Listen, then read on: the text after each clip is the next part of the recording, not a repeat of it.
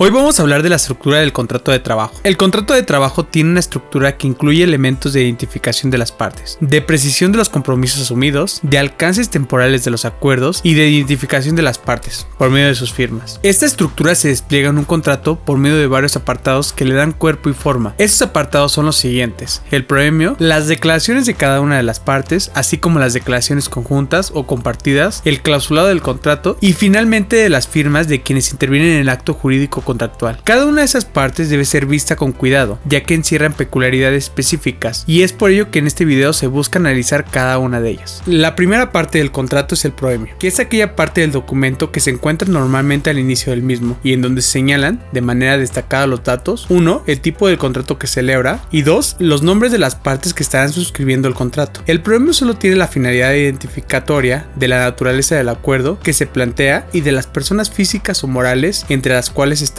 Quedaría de la siguiente forma: contrato individual del trabajo, señalamos el tipo de contrato que puede ser por obra determinada, tiempo determinado, tiempo indeterminado, contrato de prueba o capacitación inicial, que veremos en otro video. Que celebra por una parte, colocamos el nombre de la empresa, en su calidad de representante colocamos el nombre del representante legal, a quien lo sucesivo se le denominará el patrón; por la otra, él o la, colocamos el nombre del trabajador, a quien lo sucesivo se le denominará el trabajador, al tenor de las siguientes declaraciones y cláusulas. El siguiente apartado son las declaraciones. Las declaraciones en un contrato individual del trabajo son aquel capítulo del documento que se ubica generalmente al inicio del mismo y luego del proemio, en donde las partes contratantes hacen una serie de manifestaciones relativas a sus características jurídicas y datos generales, así como a su posición frente a los compromisos que se están asumiendo. En muchos casos, el contrato incluye declaraciones de cada una de las partes por separado y luego en conjunto. Las primeras declaraciones son del trabajador. Estas se refieren a los datos del futuro trabajador: sexo, edad, estado civil, domicilio, datos de su registro fiscal y registro federal de elector. En ocasiones, una declaración del trabajador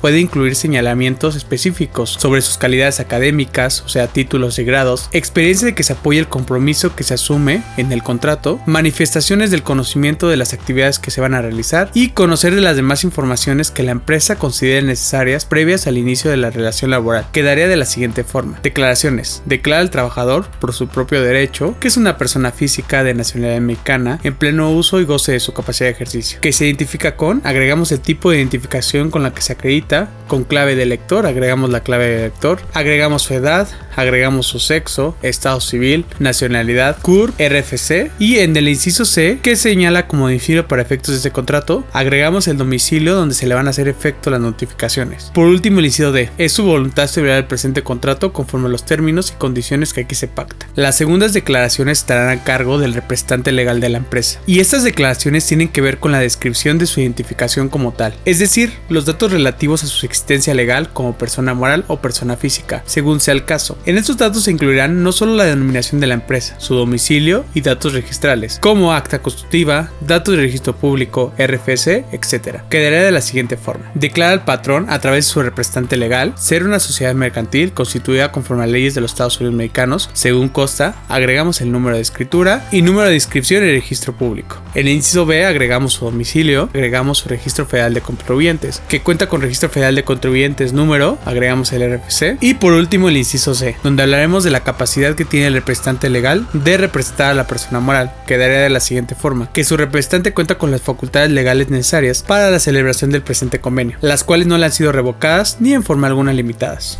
En el siguiente apartado hablaremos de las declaraciones de las partes. En la mayoría de los contratos se estila establecer las declaraciones que en forma conjunta las partes reafirman su deseo de celebrar el contrato de trabajo. Quedaría de la siguiente forma: declaran las partes por su propio derecho, inciso A, que el presente contrato se obliga a las partes a lo expresamente pactado, conforme a lo dispuesto en el artículo 31 de la Ley Federal del Trabajo. El artículo 31 habla de los contratos laborales y la obligación de respetar lo pactado. Inciso B, que es su libre voluntad celebrar el presente contrato y que su celebración no existe error, dolo, mala fe o cualquier otro vicio del consentimiento. Recuerden que tenemos un video sobre los vicios de consentimiento que pudieran afectar su validez legal. Inciso C, que se reconocen mutuamente la personalidad y las facultades con las que se ostentan para celebración del presente instrumento jurídico, obligándose recíprocamente en sus términos y están de acuerdo en someterse a lo dispuesto en los diversos ordenamientos encargados de regular los actos jurídicos de esta naturaleza, que conoce su alcance y efectos, manifestando su conformidad en celebrarlo al tenor de las siguientes. El siguiente capítulo del contrato contrato lo constituyen las cláusulas, que son las obligaciones específicas que las partes asumen y que se expresan por medio de expresiones lingüísticas del contenido obligacional a las cuales las partes en su contrato deciden someterse y que habrán de regir la vida y ejecución del contrato de trabajo. Es por ello que su redacción es de particular importancia. De manera general encontramos con una de las primeras cláusulas de un contrato de trabajo es aquella que se refiere al tipo de contrato que se está celebrando.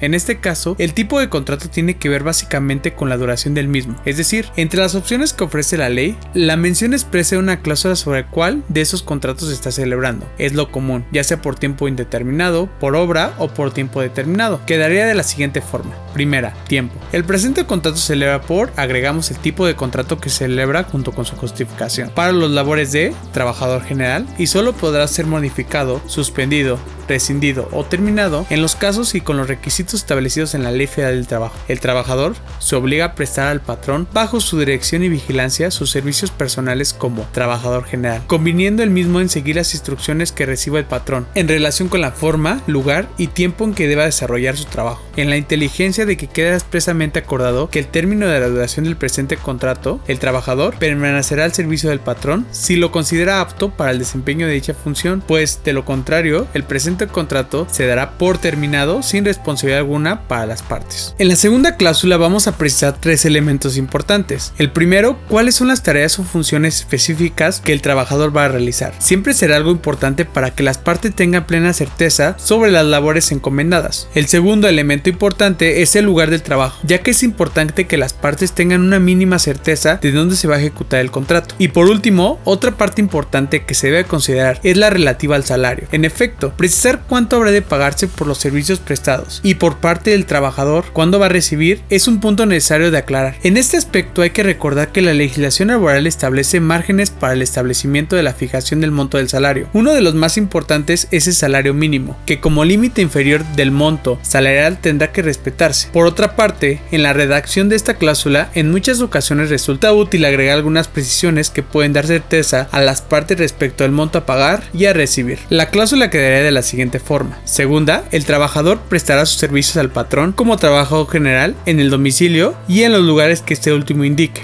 El patrón se compromete a pagar al trabajador como sueldo mensual por sus servicios la cantidad de, agregamos la cantidad que se le va a pagar, debiendo al patrón cubrirlo los días 15 y 30 de cada mes, en las oficinas ubicadas en el domicilio del patrón. En este caso hablamos de un pago quincenal, pero puede ser pago semanal o mensual, debiendo el trabajador firmar los recibos por las cantidades que se le paguen y recibir comprobante por toda deducción que se le haya hecho. Manifiesta el trabajador contar con los conocimientos y estar capacitado para desarrollar las actividades inherentes al puesto para el que se le contrata. La duración de la jornada es otro de los temas que debe redactarse adecuadamente en un contrato de trabajo. De entrada uno pensaría que no debe haber problemas sobre el particular, no solo porque la misma ley señala este como uno de los puntos que debe tener el contrato de trabajo, sino porque además la misma ley establece con toda claridad que existen tres tipos de jornada de trabajo: la jornada diurna, nocturna y mixta, cada una de ellas con una duración específica y que además la ley, apoyándose de la misma Constitución, establece una duración máxima de 8 horas diarias. Esta cláusula quedaría de la siguiente forma. Tercera, jornada de trabajo. Las partes convienen que el trabajador prestará su servicio al patrón con una jornada de, debemos de especificar el horario y la duración de la jornada diaria y semanal, tipo de jornada en que se trate, si es diurna, nocturna o mixta, y señalar el tipo de descanso diario. Las partes convienen que la jornada será, agregamos la hora de inicio y la hora final de la jornada de trabajo. Es importante agregar la cláusula de vacaciones, donde se hablará de los descansos anuales. En un contrato de trabajo siempre ayuda a que los trabajadores puedan tener la expectativa de un descanso mayor semanal. Estas vacaciones deben de ser, dice la ley, de una duración mínima de 6 días por primer año de trabajo e ir aumentando 2 días por cada año siguiente hasta llegar a 12 días, momento en el cual seguirán aumentando en 2 el número de días de descanso, pero ahora por cada 5 años de trabajo. La cláusula quedaría de la siguiente forma. Cuarta, vacaciones y prima vacacional. El trabajador tendrá derecho al pago de la parte proporcional de vacaciones al tiempo de servicios prestados, con una prima de 25% sobre los salarios correspondientes a la misma, de conformidad con lo dispuesto en el artículo 76, 77, 80 de la Ley Federal del Trabajo. Es importante destacar que estos artículos hablan de las vacaciones y de la prima vacacional. La cláusula de descanso también es una cláusula importante que debe estar en todo contrato laboral. Por cada 6 días de trabajo disfrutará el trabajador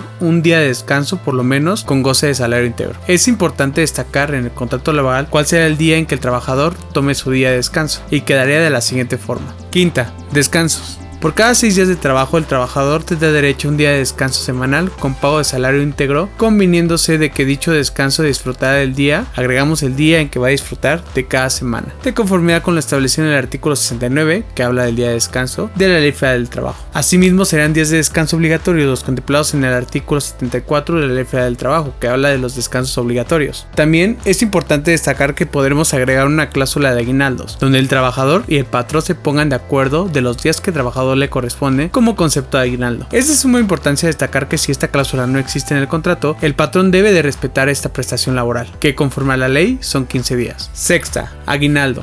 El trabajador percibirá un aguinaldo anual que debe pagarse antes del 20 de diciembre, equivalente a 15 días de salario por lo menos, y cuando no haya cumplido un año de servicios, tendrá derecho a que le pague la parte proporcional al tiempo trabajado, de conformidad con lo dispuesto en el artículo 87 de la Ley Federal del Trabajo, que establece una cláusula importante es la de confidencialidad. Los trabajadores, dice la ley, deben guardar escrupulosamente los secretos técnicos, comerciales y de fabricación de los productos a cuya elaboración concurran directa o indirectamente, o de los cuales tengan conocimiento por razón del trabajo que desempeña, así como de los asuntos administrativos reservados, cuya divulgación pueda causar perjuicio a la empresa. La importancia que en su momento el legislador le dio al tema fue grande, ya que incluyó entre las posibles causales de despido aquella que se refiere a la revelación de secretos de fabricación o dar a conocer asuntos de carácter reservado, con perjuicio de la empresa. Esta cláusula quedaría de la siguiente forma. Séptima, confidencialidad. En virtud de que durante el desarrollo de las actividades del trabajador, este estará a contacto con cuestiones confidenciales de la empresa y se hará sabedor de los procesos y documentación propiedad del patrón, las partes pactan que el trabajador se obliga a guardar absoluto sigilo sobre los conocimientos adquiridos a virtud del presente contrato, y que para el caso de que el presente contrato sea rescindido o terminado por cualquier causa, el trabajador se obliga a devolver a el patrón toda la información, datos y demás documentación relacionada con las actividades del patrón y desarrolladas por el trabajador. Asimismo, el trabajador se obliga, ya sea durante la vigencia del presente contrato o a su terminación por cualquier causa, a no divulgar a terceros o usar para su propio beneficio cualquier información confidencial obtenida durante la capacitación y adiestramiento objeto del presente contrato, debiendo tratar dicho conocimiento e información de conformidad con los principios básicos de la ética profesional, la moral, las buenas costumbres y la práctica comercial. El incumplimiento de estas causales tendrá como consecuencia, además de la rescisión del presente contrato, sin responsabilidad para el patrón, de acuerdo con lo dispuesto en las fracciones 2, 6, 9 y 15 del artículo 47 de la Ley Federal del Trabajo, las responsabilidades de carácter civil por el incumplimiento del pacto de obligaciones de no hacer señaladas en la presente cláusula y de las responsabilidades de carácter penal derivadas del delito de revelación de secretos industriales. Y por último, las cláusulas de jurisdicción y la ley aplicable. Siempre es importante destacar cuál será la ley aplicable a caso concreto. En este caso es la Ley Federal del Trabajo. Cuando hablamos de la jurisdicción, las partes se ponen de acuerdo de someterse a un tribunal o en este caso a una junta competente para conocer del asunto, renunciando a cualquier otro por el domicilio del patrón o del trabajador. Quedaría de la siguiente forma. Octava, ley aplicable y jurisdicción. Ambas partes convienen que en lo previsto en el presente contrato se ajustará lo dispuesto en la Ley Federal del Trabajo. Asimismo, para interpretación y cumplimiento del contrato, las partes se sujetan a la jurisdicción y competencia de los tribunales competentes. Agregamos la ciudad donde estará la junta competente y por lo tanto las partes renuncian al fuero que por su domicilio o por cualquier otra razón presente o futura tengan o pudiera llegar a tener. Enterar a las partes del contenido y efectos de este contrato, manifiestan que no existe error, lesión, dolo ni algún otro vicio del consentimiento y lo firman en conformidad por duplicado, quedando en poder del patrón un ejemplar y el trabajador un ejemplar en la Ciudad de México.